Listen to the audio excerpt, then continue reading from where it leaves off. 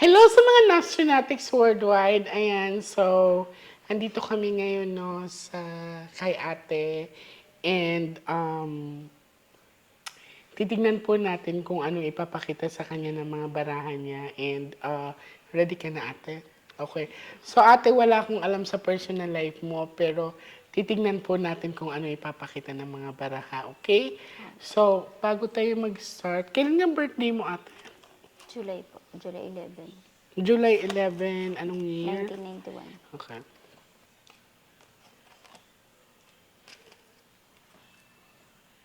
Okay. So, ate, we have four aces here. So, this is black card. This is a bad luck card. Kung lalabas man to, ito ay indication na hindi maganda. Mga barang kulam or something na mabigat. Okay? This one is travel in distance or paglalakbay. This one is big amount of money and success. And this one, happiness and love, life, relationship.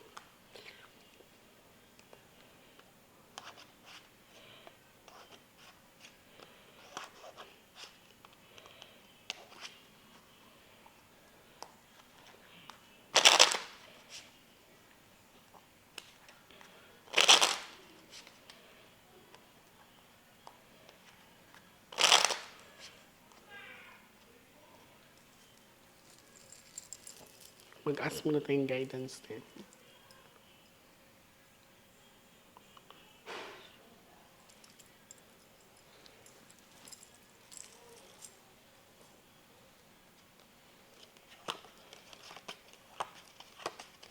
Now, I want you to focus ate.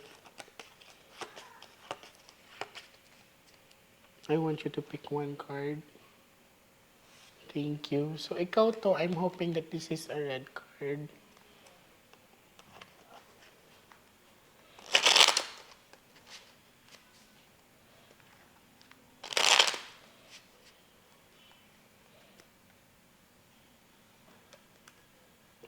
So, ikaw to ate, sana pula.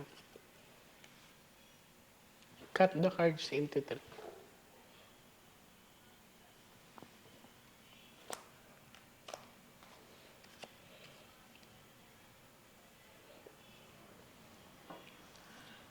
Kuha ka ngayon ng 7 cards of total, lagay mo dito.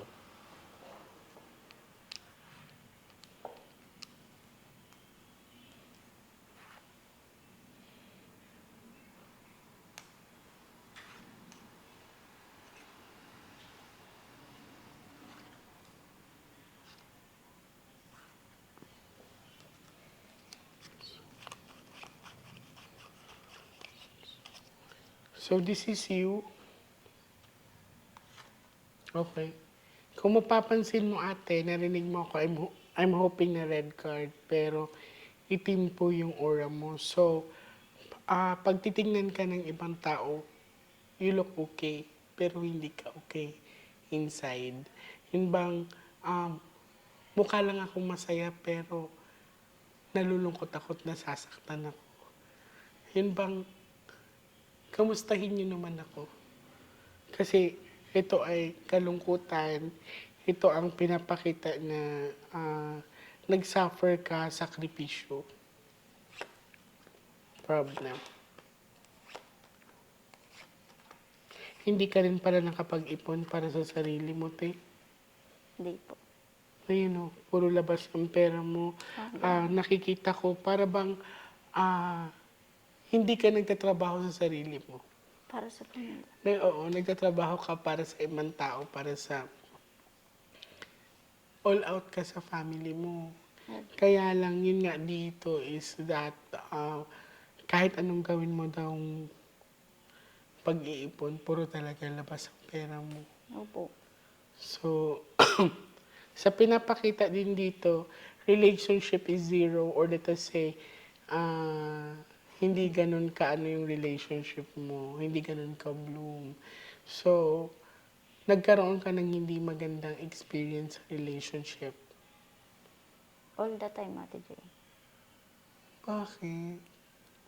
Baka naman kasi puro na lang ikaw or mabilis ka ma-fall. Kasi dito parang, Parang gano'n, Ate Joy, kasi sa tuwing magkakaroon ako ng in a relationship, kung hindi iwan, parang nag-ghost na lang bigla gano'n. napuputol mo. Wala So, na. pero wag mong isipin or ang mapapayo ko sa'yo, don't close the door of your heart. You deserve to be happy, you deserve to be loved. So, pero dito, sa nakikita ko nga, puro ano yung relationship mo hanging, no? And titignan natin kung ano pang papakita ng mga baraha. Pero alam mo ate, sa nakikita ko, wala namang masama na magsabi ka sa kanila na hindi ka okay. Yun bang magsabi ka na ako naman this time. Kasi parang ilang taong ka na rin nagbibigay sa kanila eh. Wala din, Sarili Ate mo Joy. naman. Paano naman yung sarili mo? Kaya nga. So, yun bang isip ka ng isip sa kanila, ikaw ba inisip ka nila? Kailangan mo lakasan yung loob mo.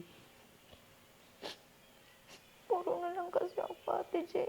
Pagod na rin po ako magtrabaho para sa kanila, pero kailangan din kasi kung di ako nagtrabaho, wala din sila. Naiintindihan ko nga, titignan natin.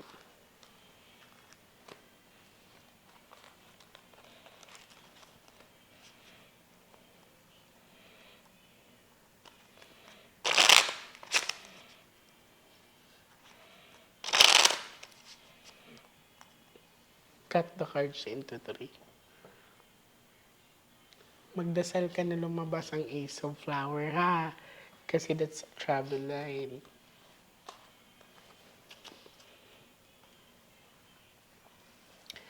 Kuha ka ng 9 cards of total, lagay mo dito.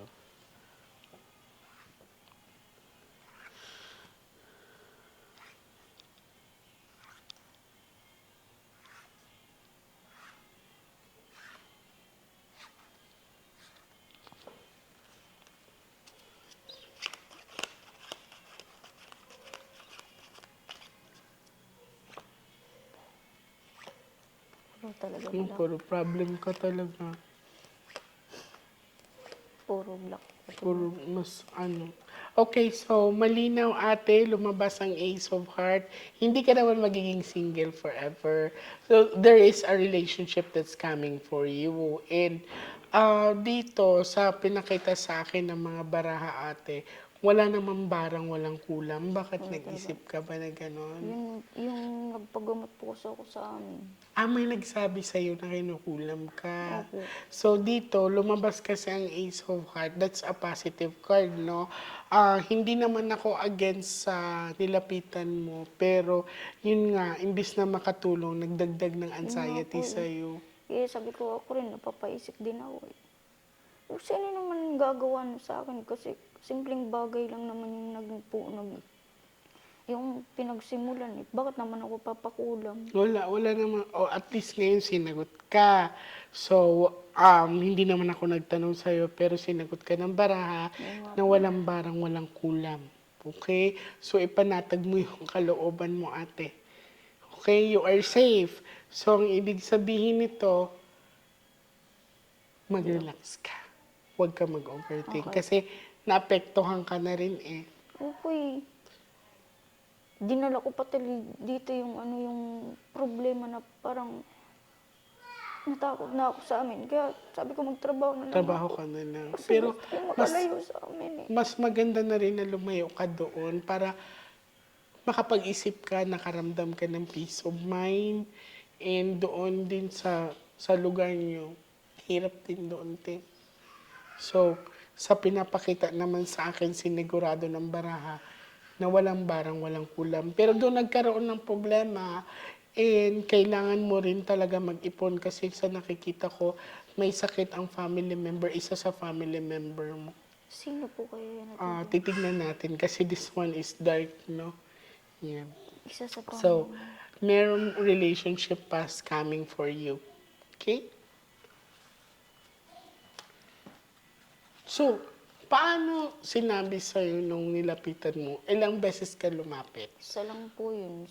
Nung nagpagamat ako, mga 2 days before pumunta po sa inyo. Tapos sabi sa 2 akin, days before bago ka pumunta sa akin. tapos sabi sa akin, magpagamot daw ako dun kasi totoo daw pong manggagamot yun. Kasi iba po talaga yung pakiramdam ko sa sarili ko. Tapos nung nagpunta ako dun, sabi, kinukulam daw ako. Ayun ang sabi sa'yo na So, sabi ko, kinukulam ka. bakit naman ako papakulam nung kamag-anakan ko na yun? Kasi simpleng bagay lang na may pinagsimulan.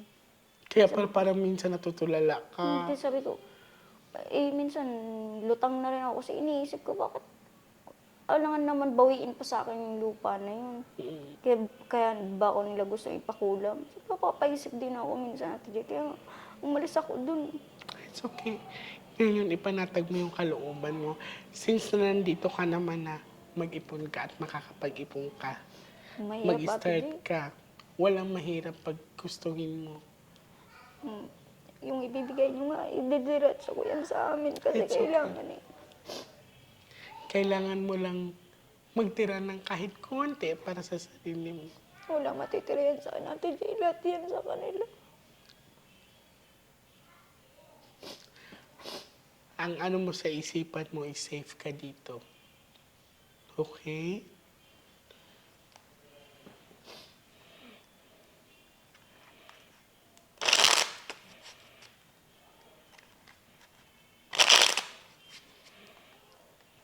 Cut the cards into 3.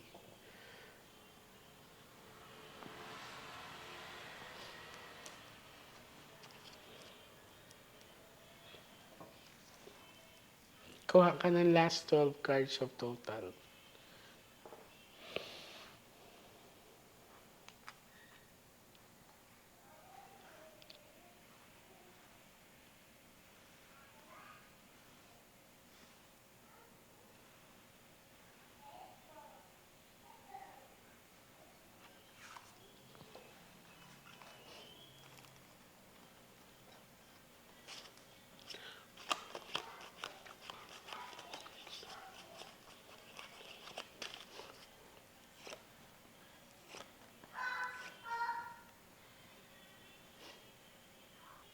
So, nasan yung mama mo? Sa amin po sa Bicol, sa Okay. So, sa pinapakita sa akin dito ay maaring may karamdaman yung mama mo. Ang nakikita ko dito is, ang nararamdaman ko dito is upper part. So, minsan nahihirapan siya huminga.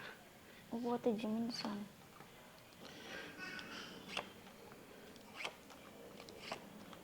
Okay, very good. So, hindi lumabas sa'yo ang bad luck card, ate. Huwag ka mawala ng Hindi po ako pag-asa. talaga ako Okay, so, lumabas din sa yung Ace of Diamond and you don't have to worry, hindi ka magiging single forever. So, may couple. Pero, nakikita ko kasi sa baraha mo, parang may fear kang umibig muli. Bakit? Feel ko na, Ate Jay. Ba't ayaw mo na? So, basta ako ang hahanapin mo in the future. So, nakikita ko dito, ate, you don't have to worry. You will not be alone. Okay? So, Di na kailangan, Ate Jay. as in talaga masaya ka na single ka na. Masaya na ako ganito. Ilang taong ka na ba? 33 po. Bata ka pa. Hindi. Yan. Tapos eto ate sa pinakita sa akin sa baraha is Ace of Diamonds. So you still have a chance to grow. So may business line din ako nakikita sa iyo diyan. Kung ano man ang plano mo ay May bala ka, makukuha Ate Jay, mo. pero wala eh. Ipon ka, makakapag-ipon ka. Maniwala ka sa akin. And sa pinapakita sa akin dito, you still have a chance to work and travel abroad din kasi positive yan. And sa pinapakita sa akin dito, wala ka talaga malubang sakit. Pero Okay? si mama ko lang meron. Si mama mo ang kamustahin mo, no? So, sa pinapakita sa akin sa baraha, so ikampante mo yung kalooban mo, walang malaking problema. Yan, kasi tinatamaan ka ng anxiety, stress, nai-stress ka. Nadagdagan pa nung dahil dun sa sinabi sa akin ng manggagamot. So, alisin mo na yun sa ano. So, sa bawat buhay natin, minsan talaga, nawawalan tayo ng pag-asa. Minsan napanghihinayaan tayo ng loob. Pero, natural lang yun, lalo na't may pinagdadaanan tayo. Kailangan lang talaga maging positibo tayo sa pananaw natin sa buhay. Wag tayo mawala ng panananalig sa Diyos kasi talagang gagabayan niya tayo. Ah, sa akin, sa mga nangyari sa buhay ko, alam niyo ba ang pinaka